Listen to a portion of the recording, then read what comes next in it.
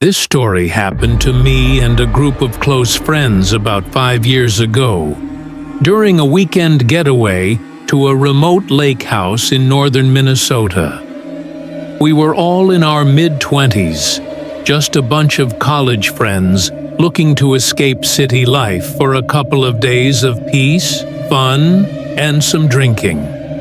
The lake house was tucked away at the edge of a massive forest, miles away from any real town or neighbors.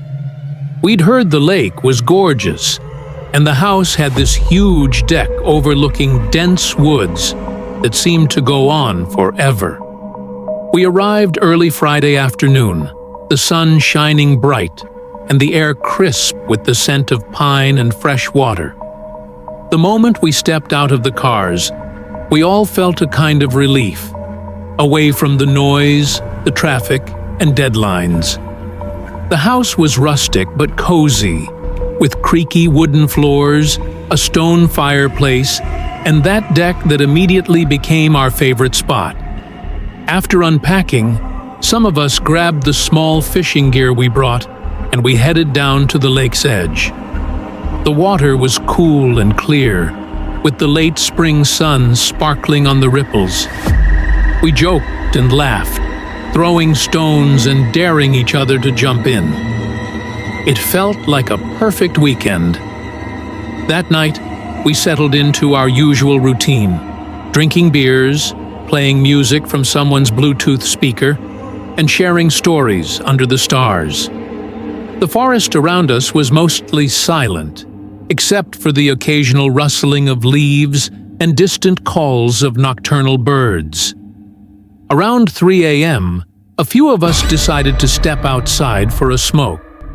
The deck was illuminated by dim string lights, but beyond the reach of those lights, the forest was a wall of darkness.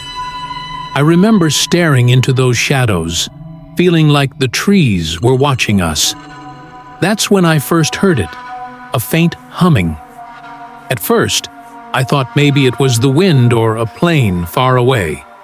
But then it slowly grew into a rhythmic chant. It was so low and distant, I almost questioned if it was real. "Do you hear that?" I whispered to my friend Sarah.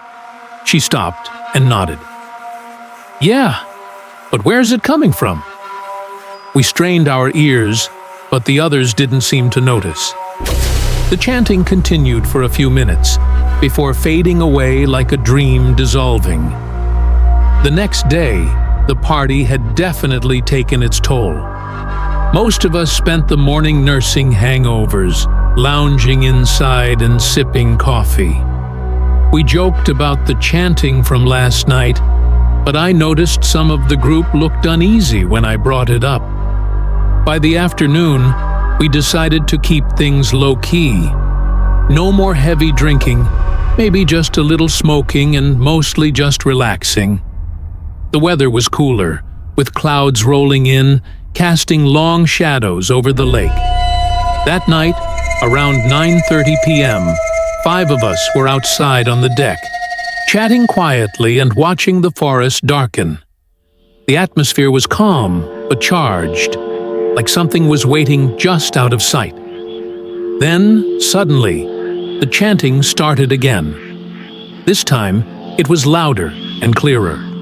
It was a chorus of male voices, chanting in perfect unison, but the words were indecipherable.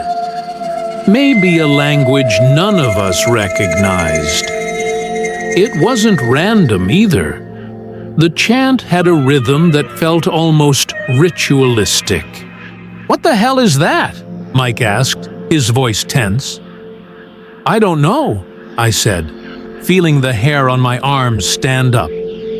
The chant seemed to move, fading and returning like waves carried on the wind.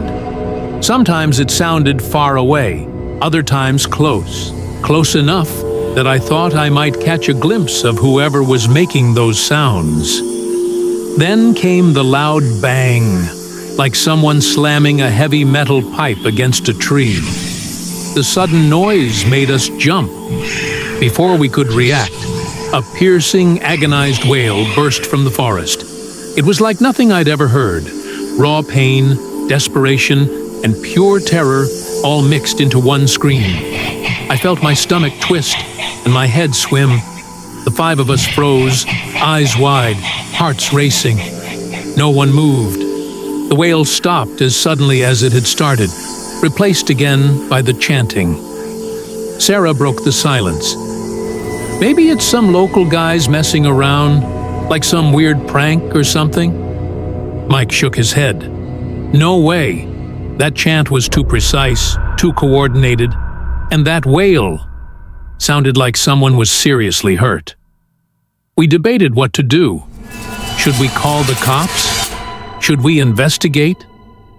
The forest was enormous, and none of us wanted to wander in the dark, especially after hearing that scream. Minutes felt like hours as the chanting and eerie noises continued in waves. The air felt heavy, like it was charged with some dark energy. I kept looking into the shadows, expecting to see eyes staring back. I thought about how we'd been laughing and carefree just the day before. Now, we were paralyzed by fear of something unseen and unknown. When dawn finally broke, it felt like waking from a nightmare. The forest looked innocent again, with birds singing and sunlight filtering through the leaves. But the memory of that night's sounds lingered. We packed up quickly, eager to leave. The drive back was quiet. No one wanted to talk about what we'd experienced.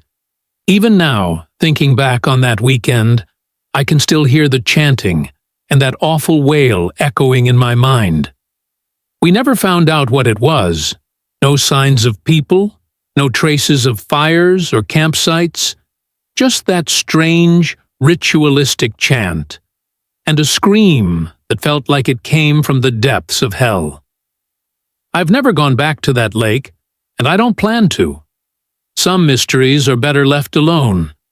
If you ever find yourself near a dark forest at night, listen carefully, and maybe, just maybe, some sounds are warnings you shouldn't ignore.